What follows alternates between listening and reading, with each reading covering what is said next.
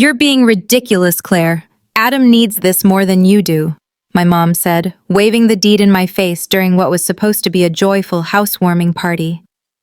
"He has a family to support. What do you have?" "Just yourself." The words hit me like a slap across the face. I stood there in the kitchen of the house I'd spent my entire life savings on, struggling to breathe as my world crumbled around me. My name is Claire Reynolds, and at 33, I never imagined I'd be betrayed by my own family like this. As a nurse at Memorial Hospital, I'd spent the last 10 years working double shifts, picking up extra hours in the ICU, and saving every penny I could.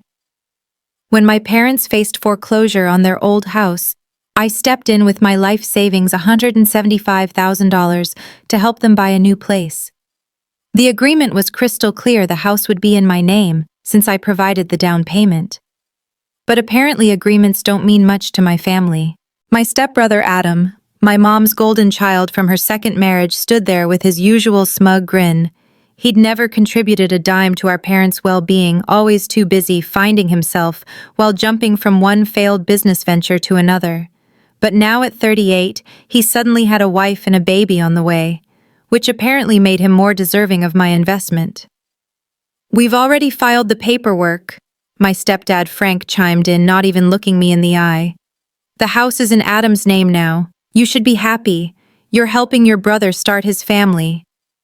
The casual way he dismissed my sacrifice made my blood boil. The beautiful colonial-style house I'd fallen in love with, the one I'd imagined as a gathering place for family holidays and celebrations, was being handed over to someone who hadn't earned it.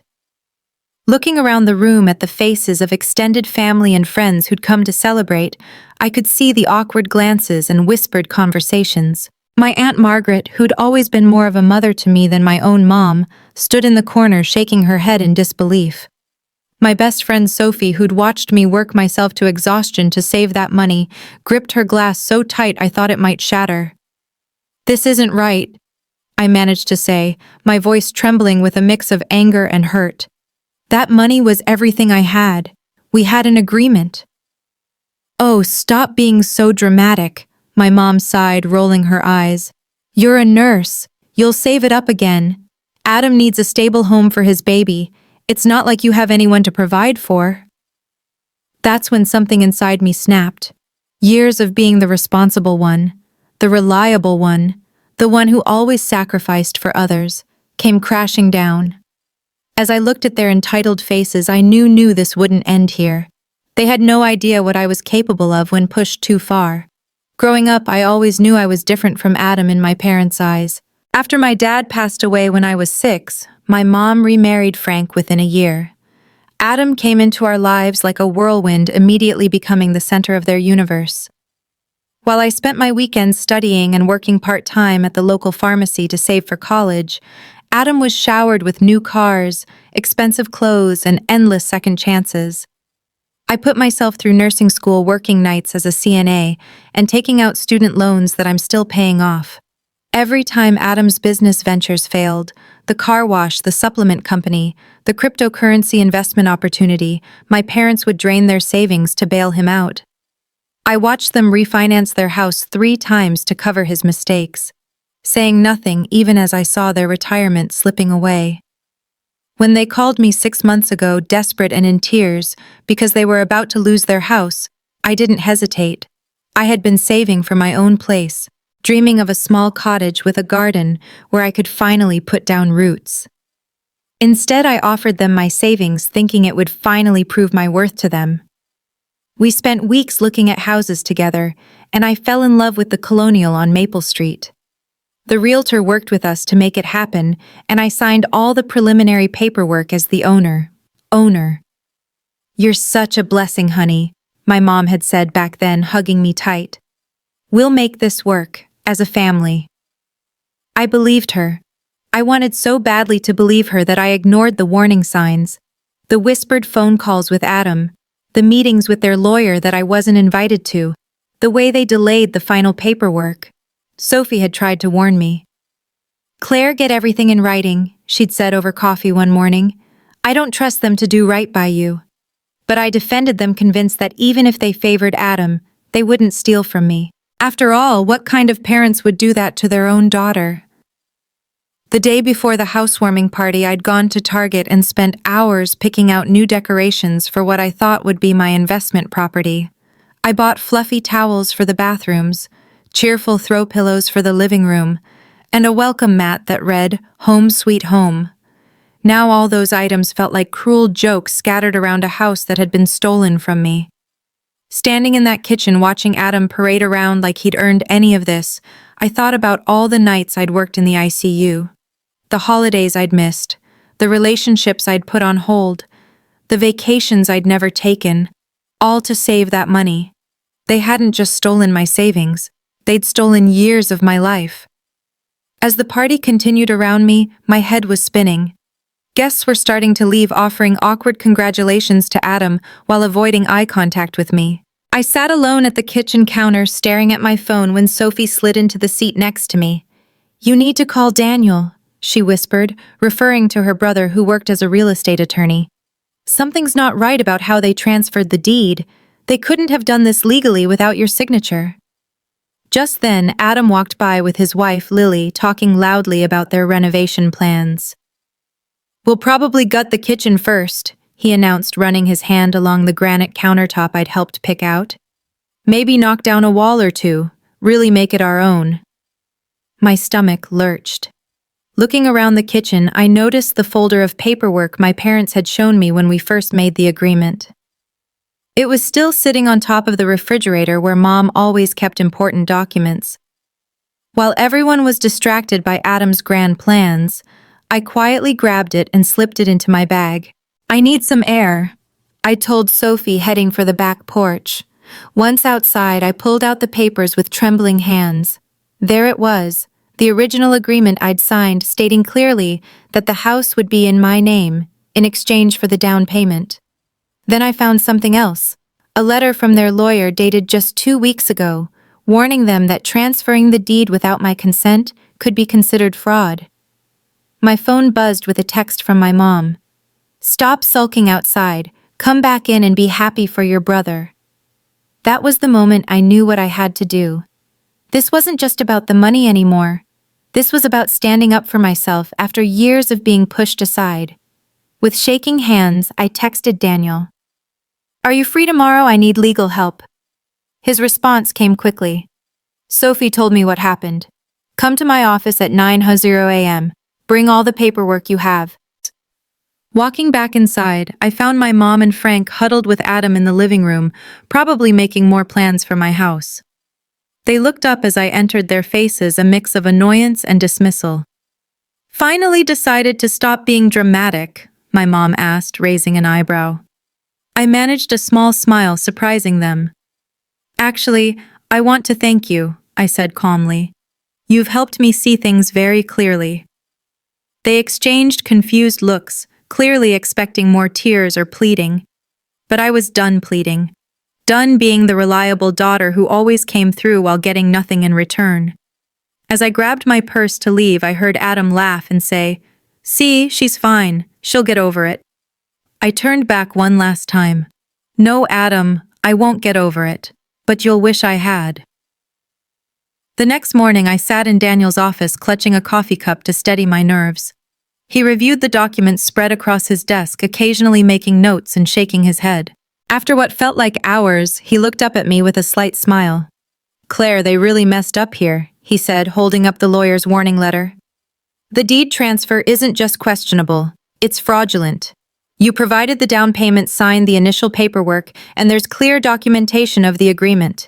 They can't legally give away a house that was meant to be yours." "But they already did," I replied, my voice cracking. "The deed is in Adam's name." "A fraudulent transfer can be reversed," Daniel explained, reaching for his phone. "And I've got a friend at the DA's office who would be very interested in this case. What they did could actually result in criminal charges." My heart raced at his words. Criminal charges. "I don't want my parents to go to jail," I whispered. "Even after everything, the thought of them in legal trouble, it makes me hesitate." "Listen to me," Daniel said firmly. "They stole $175,000 from you. That's grand theft. They committed fraud, and from these bank statements, it looks like they might have forged your signature on some documents. They're counting on you being too nice to fight back. He was right. My whole life they'd counted on me being the understanding one, the one who would sacrifice without complaint. While we talked, my phone kept buzzing with texts from my mom alternating between guilt trips and demands that I stop being childish. "What do you want to do?" Daniel asked, watching me carefully. I took a deep breath. "I want my house back, and I want them to understand they can't treat me like this anymore." Daniel nodded and started typing on his computer. "I'm filing an emergency injunction to prevent them from making any changes to the property. Then we'll proceed with legal action to void the transfer. They'll be served with papers by tomorrow." As I left his office, I felt lighter somehow. For the first time since the housewarming party, I wasn't crying or shaking. Instead, I felt a strange sense of calm. I drove to work for my evening shift in the ICU, and halfway through my phone exploded with notifications. Adam had called 7 times. My mom had called 12 times. There were dozens of text messages ranging from angry to panicked. The last one from Adam made me smile. "What the hell did you do?" I silenced my phone and focused on my patients. Let them panic for a while. Let them feel a fraction of the anxiety they'd caused me. Tomorrow they'd learn exactly what happens when you push the nice daughter too far. The next morning, chaos erupted. I was getting ready for my shift when Sophie called to tell me my mom and Adam were making a scene outside my apartment. Sure enough, when I looked out my window, there they were. Adam pacing back and forth while my mom banged on the building's front door. "You have to stop this," my mom shouted when I finally went downstairs. "This will tear our family apart." "That's rich," I replied, surprisingly calm. "You didn't worry about tearing the family apart when you stole my life savings." Adam stepped forward, his face red with anger. "You're being ridiculous. I have a baby on the way. What were you going to do with that house anyway? Live there alone with your cats?" "Actually," I said, pulling out my phone, "I have the proof of our original agreement right here. Want to see the letter from your lawyer warning you this was illegal? Or should we talk about the documents where someone forged my signature?" The color drained from their faces. My mom grabbed my arm, her voice dropping to a whisper. "Honey, we can work this out as a family. There's no need for lawyers." I gently removed her hand. "We stopped being a family the moment you decided my life savings meant nothing to you. The DA's office has copies of everything now. So unless you want this to get worse, I suggest you talk to your lawyer about reversing the deed transfer." "You'd send your own mother to jail?" She gasped, tears welling up in her eyes. The same tears that had worked on me so many times before. "No, Mom. You might send yourself to jail. I'm just standing up for myself." Adam started to say something, but his phone rang. It was his wife, Lily. I could hear her panicked voice through the speaker as she told him the police were at their house, their actual house, with questions about the deed transfer. They left quickly after that, hurrying to deal with the unfolding disaster. Sophie, who had been watching from her car to make sure I was safe, came over and hugged me. "I've never seen you stand up to them like that," she said proudly. "I've never had proof of their manipulation before," I replied. "Always just my word against theirs. But this time I have everything in writing." Later that day, Daniel called to tell me Adam and my parents' lawyer had reached out. They wanted to settle. Not only would they transfer the house back to me, but they'd also pay my legal fees and additional damages. The threat of criminal charges had finally made them realize I wasn't backing down. "Should we take the deal?" Daniel asked. "Yes," I said firmly. "But I want them to sign something else too, a statement admitting exactly what they did. They don't get to pretend this never happened." 2 weeks later, I sat in Daniel's office as my parents and Adam signed the papers. The deed was being transferred back to me, along with a settlement that included my legal fees and an additional $50,000 in damages. But more importantly, they were signing a notarized statement acknowledging their attempt to defraud me. My mom couldn't stop crying, dabbing at her eyes with a tissue while Frank stared at the floor. Adam looked like he'd aged 10 years, the smug grin replaced by a clenched jaw. His wife Lily had left him after discovering he'd been hiding their own financial troubles. Apparently, the house theft was just the tip of the iceberg. "I need all parties to sign here," the notary said, pointing to the final page. One by one they signed. When it was my turn, my hand didn't shake at all. "I hope you're happy," Adam muttered as he stood up. "You've ruined everything." "No," I replied calmly.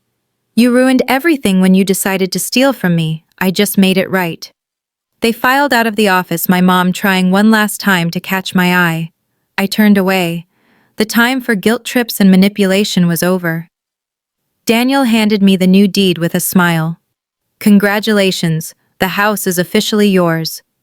But I had one more surprise for them. "Actually," I said, pulling out another set of papers, "I'd like to sell it." My family had already spread the word about their misunderstanding, with the house trying to save face with relatives and friends. They didn't know I'd received an offer from a developer who wanted to turn the property into apartments. The offer was well above market value. "They'll be furious when they find out," Sophie said later as we celebrated at our favorite coffee shop. "They thought you'd let them stay there." "That's exactly why I'm selling," I replied. "They need to understand they have no power over me anymore."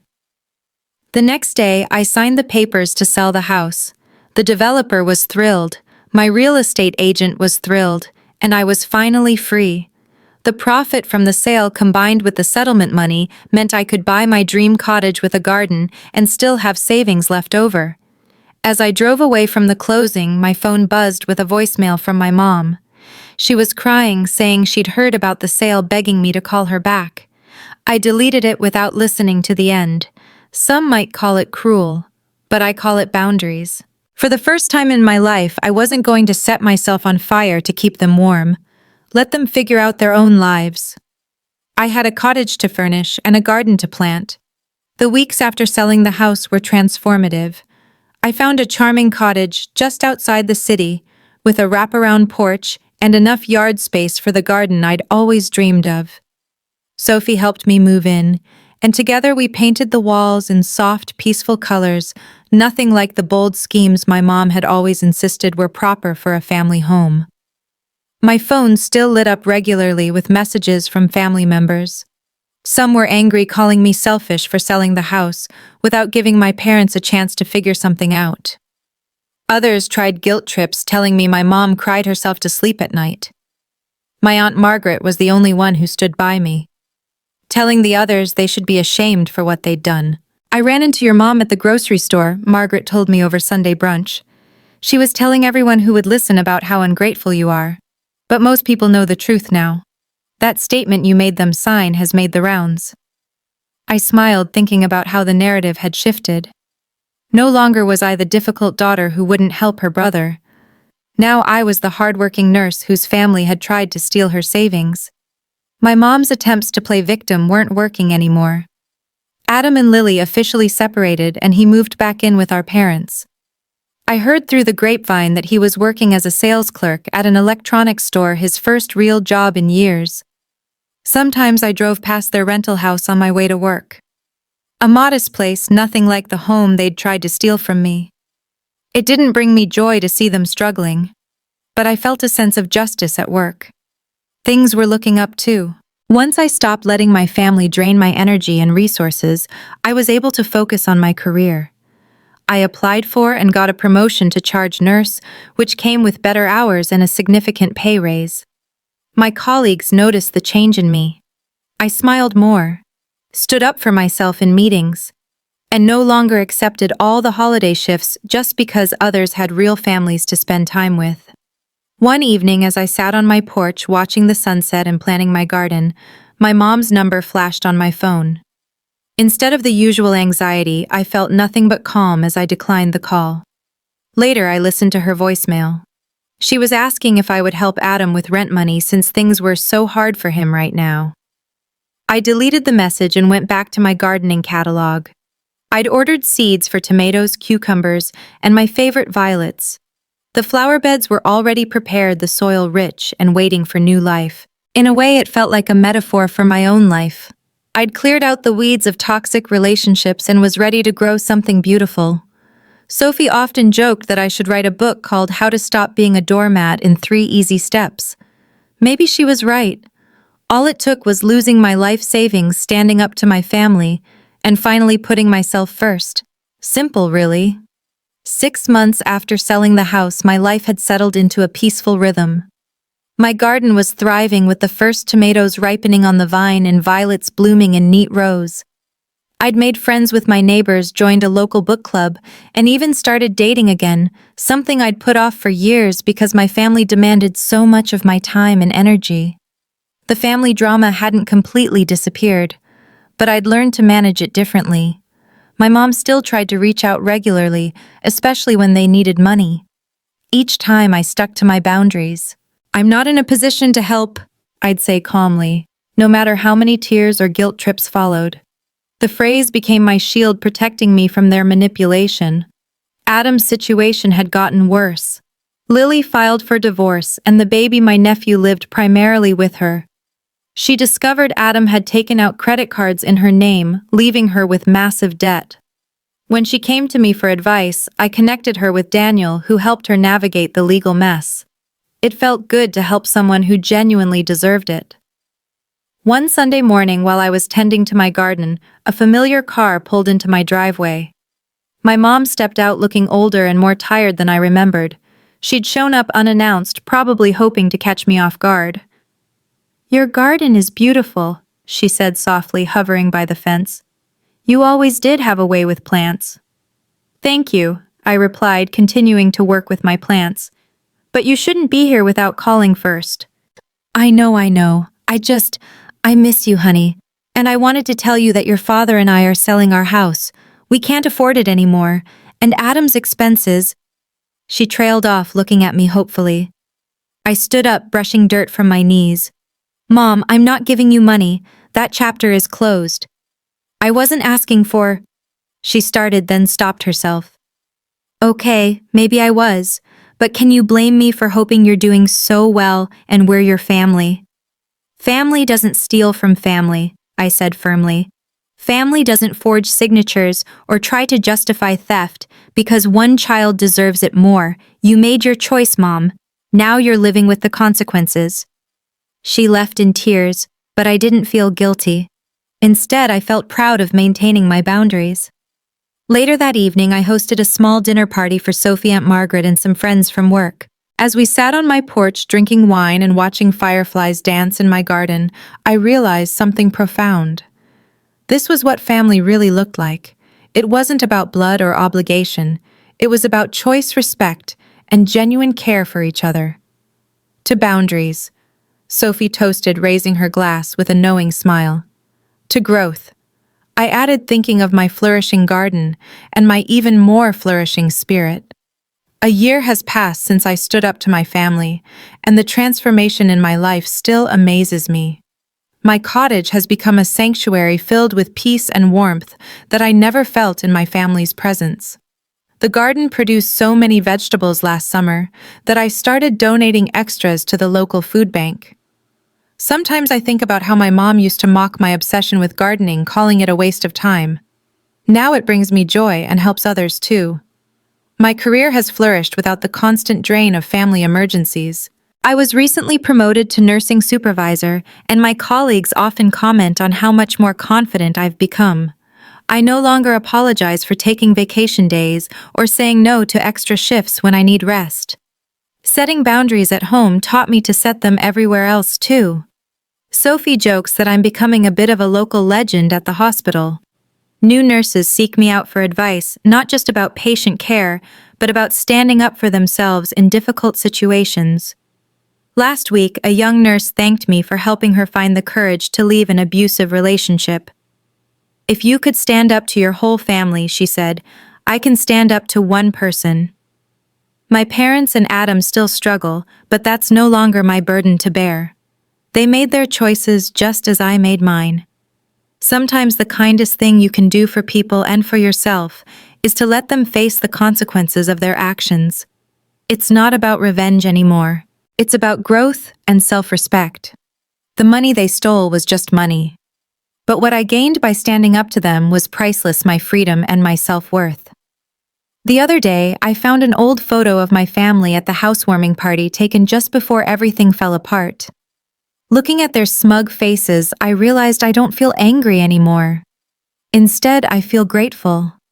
Their betrayal pushed me to become someone stronger, someone who values herself enough to walk away from toxic relationships, even when they're wrapped in the package of family. My garden is starting to bloom again this spring. Aunt Margaret visits often, bringing her grandchildren who love helping me plant new flowers. Sophie and I have our weekly coffee dates where we laugh about how far I've come from the person who used to answer every demanding phone call from my family. Even Lily brings my nephew over sometimes. She says the garden has a healing effect on her too. Life isn't perfect, but it's authentically mine now. I've learned that sometimes the best revenge isn't about getting even. It's about getting better. Every flower that blooms in my garden, every peaceful evening on my porch, every boundary I maintain, is a reminder that I chose myself, and I'd do it all again in a heartbeat.